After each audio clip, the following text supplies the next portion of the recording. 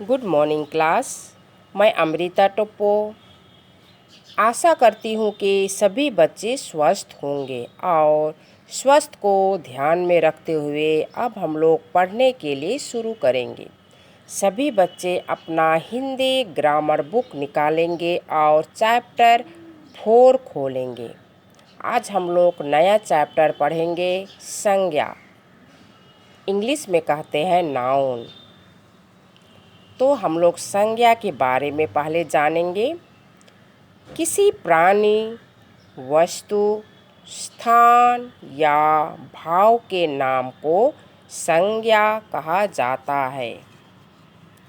किसी प्राणी, वस्तु, स्थान या भाव के नाम को संज्ञा कहा जाता है। किसी भी प्राणी कहने का अर्थ है कोई भी प्राणी। यहाँ बालक, चिड़िया, कोई भी प्राणी आ सकते हैं।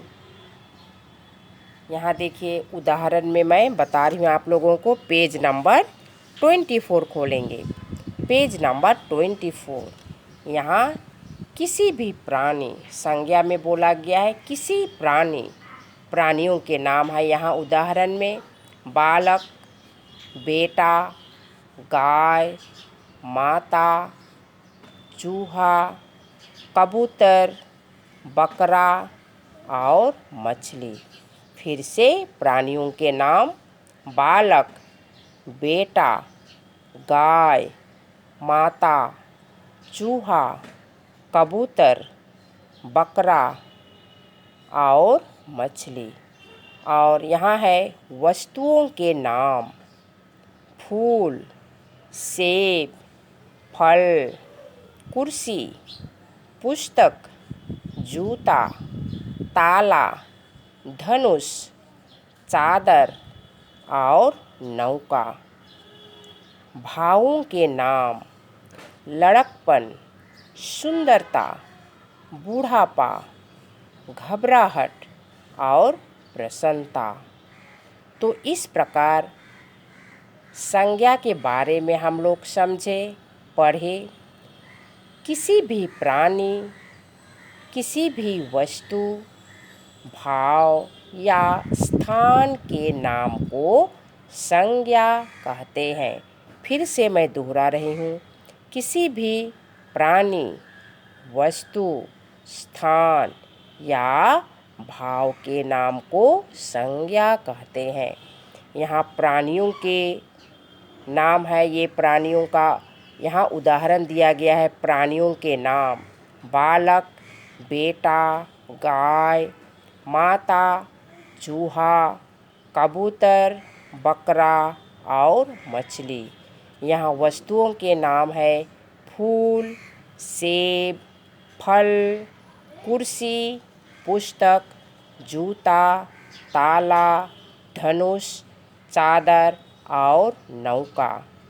भावों के नाम लड़कपन, सुंदरता, बूढ़ापा, घबराहट और प्रसन्नता। फिर हम लोग आगे बढ़ेंगे। संज्ञा के भेद। संज्ञा के भेद कितने होते हैं? 3। संज्ञा के भेद 3 हैं। पहला है जातिवाचक संज्ञा, दूसरा है व्यक्तिवाचक संज्ञा, तीसरा है भाववाचक संज्ञा। पहला है जातिवाचक संज्ञा, दूसरा है व्यक्तिवाचक संज्ञा, तीसरा है भाववाचक संज्ञा। सबसे पहले यहाँ देखेंगे हम लोग जातिवाचक संज्ञा। जो संज्ञा शब्द किसी जाति का बोध कराता है उसे जातिवाचक संज्ञा कहा जाता है। जो संज्ञा शब्द किसी जाति का बोध कराता है उसे जातिवाचक संज्ञा कहा जाता है। यहाँ देखेंगे उदाहरण में जातिवाचक संज्ञा। जातिवाचक संज्ञा के उदाहरण हैं गाय, बालक, लकड़ी, नदी, पर्वत और पाठशाला। यहाँ गाय बोलने से जितने भी गाय सब गाय आ सकते हैं। बालक, बालक बोलने से कोई भी बालक। लकड़ी बोलने से कोई भी लकड़ी। नदी, कोई भी नदी। पर्वत, कोई सा भी पर्वत। पाठशाला, कोई भी पाठशाला। यहाँ किसी का नाम नहीं दिया गया है।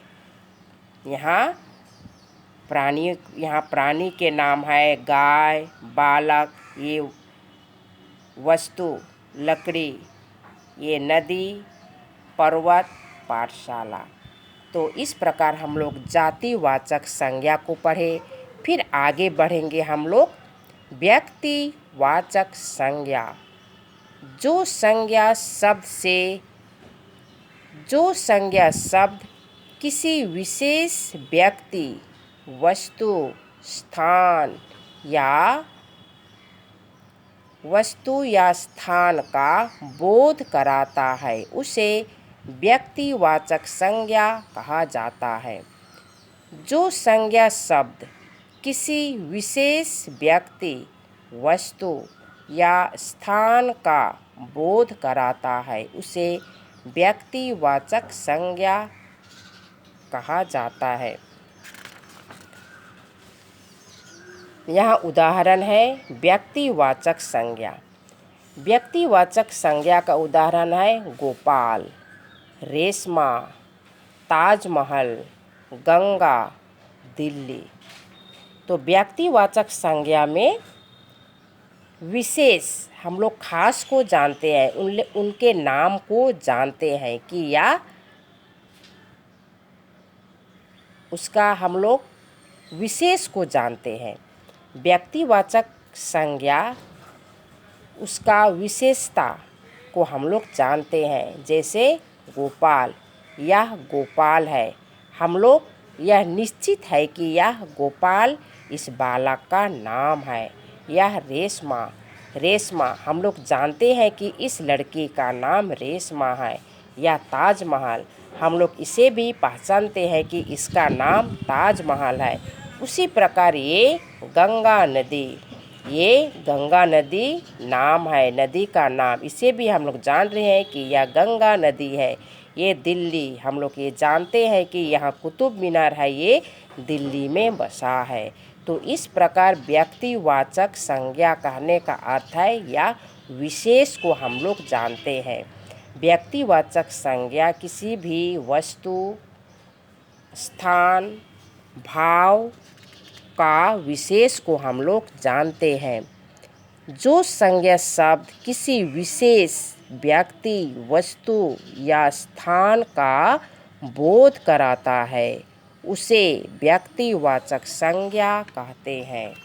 तो इस प्रकार हम लोग व्यक्तिवाचक संज्ञा माने कि निश्चित हम लोग जानते हैं कि या इसका नाम गोपाल है, या रेशमा है, ताजमहल है, गंगा नदी है, ये दिल्ली शहर है। आज के लिए हम लोग जातिवाचक संज्ञा और व्यक्तिवाचक संज्ञा को पढ़े।